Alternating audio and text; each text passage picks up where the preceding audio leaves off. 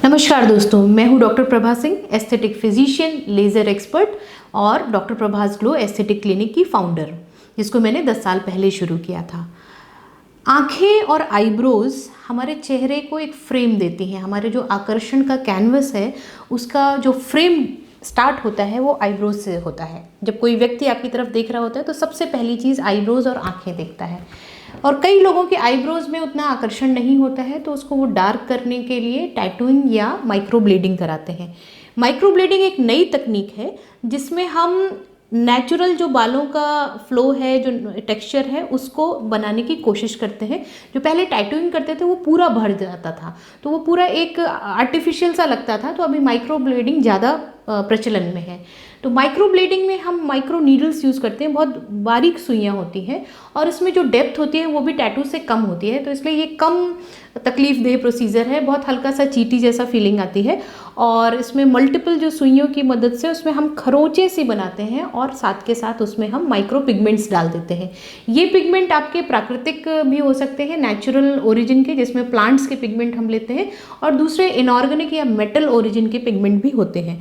तो प्राकृतिक पिगमेंट लेने का एक फ़ायदा ये है कि इसमें चांसेस ऑफ एलर्जी बहुत कम होते हैं, और मेटल पिगमेंट लेने का फ़ायदा ये है कि उसकी लाइफ ज़्यादा होती है। तो जो प्राकृतिक पिगमेंट है, ऑर्गेनिक पिगमेंट, उनको यूजुअली आपको 5 से 6 महीने में टचअप कराना पड़ता है, वो हल्की होने शुरू हो जाती है।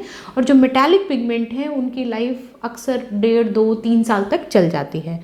तो आप अपनी सहूलियत के हिसाब से, अगर आपका स्किन बहुत सेंसिटिव है, एलर्जी हो जाती है, तो आपको ऑर्गेनिक पिगमेंट या प्लांट ओरिजिन के पिगमेंट की मांग करनी चाहिए। और अगर आपकी स्किन बहुत रफ एंड टफ है तो आप मेटल पिगमेंट पे जा सकते हैं। इस प्रक्रिया को करने में लगभग समय 45 मिनट से 1 घंटे का लगता है। प्रक्रिया अपने आप में बहुत समय नहीं लेती है, 15-20 मिनट का प्रोसीजर होता है, लेकिन उसको करने से पहले, क्योंकि जो ये चीटी जैसा दर्द है उसको भी बहुत लोग बर्दाश्त नहीं करते हैं, तो हम सबसे पहले नंबिंग क्रीम, जिसमें प्रोलॉक्स है, टॉप लैप है, उसको लगा करके उसको छोड़ देते हैं 40 से 45 मिनट के लिए। वो हिस्सा जब सुन्न हो जाता है या नम हो जाता है, तब हम माइक्रो नीडल, जो खास तौर की नीडल्स होती हैं, माइक्रो ब्लीडिंग के लिए आती हैं, उनके माध्यम से पहले तो हम आईब्रोज का एक स्ट्रक्चर डिफाइन करते हैं। आपकी क्या नीड है, आप किस तरह का शेप पसंद करते हैं, आप राउंडेड चाहते हैं या कर्व चाहते हैं, कितना ऊंचा चाहते हैं, कितना मोटा चाहते हैं, ये सब चीज़ों को समझते हुए, और साथ के साथ एक सिमेट्री भी डिफाइन करनी पड़ती है कि राइट और लेफ्ट में दोनों तरफ एक बैलेंस रहे, एक समान अनुपात रहे, ऊंचा नीचा ना हो, मोटा पतला ना हो। तो ये सब चीज़ें हम कैलिपर्स की मदद से एक मार्किंग करते हैं, सारे पॉइंट्स डिफाइन करते हैं, आईब्रोज के पूरे शेप को डिफाइन करते हैं, और उसके बाद माइक्रोब्लेडिंग नीडल्स की मदद से हल्के हल्के माइक्रो कट्स लगाते हुए उसमें इंक डिपॉजिट कर देते हैं। ये करने के बाद हम उसको क्लीन सलाइन या डिस्टिल वाटर, जो स्टेराइल वाटर है, उससे साथ में साफ़ करते जाते हैं ताकि जो एक्स्ट्रा इंक है वो निकल जाए। और इसमें जो ख़ास तौर पे बताने वाली चीज़ वो ये है कि आप अगर ज़्यादातर वीडियोज़ या इस तरह के देखेंगे तो आपको ऐसा लगेगा कि ट्रीटमेंट कराने के तुरंत बाद आप उसको बिल्कुल स्किन नॉर्मल हो जाती है। स्किन नॉर्मल होती है, ये बात सच है, लेकिन उसकी देखभाल करनी पड़ती है, क्योंकि आप स्किन में एक माइक्रो कट्स दे रहे हैं, तो उसको हील होने का समय देना पड़ता है, उसको इन्फेक्शन से बचाना होता है।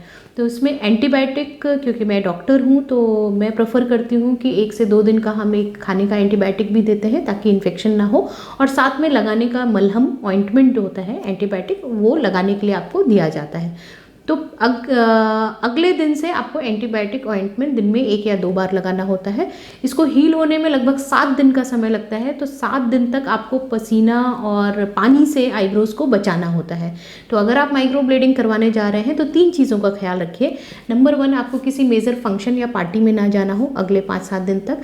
नंबर 2, आप अपने बाल शैम्पू वैम्पू करके जाइए, कलर वगैरह जो कुछ करना है वो करके जाइए, क्योंकि अगले 7 दिन तक आप बालों में कलर और डाई और ये सब नहीं कर पाएंगे, वॉश नहीं कर पाएंगे। नंबर 3 ये है कि अगर आप बहुत ज़्यादा जिम और एक्सरसाइज और इस तरह से करते हैं जिसमें बहुत पसीना आता है, तो वो भी हम आपको अवॉइड करते हैं। स्विमिंग के शौकीन हैं तो स्विमिंग आप अगले 7 दिन तक नहीं कर पाएंगे।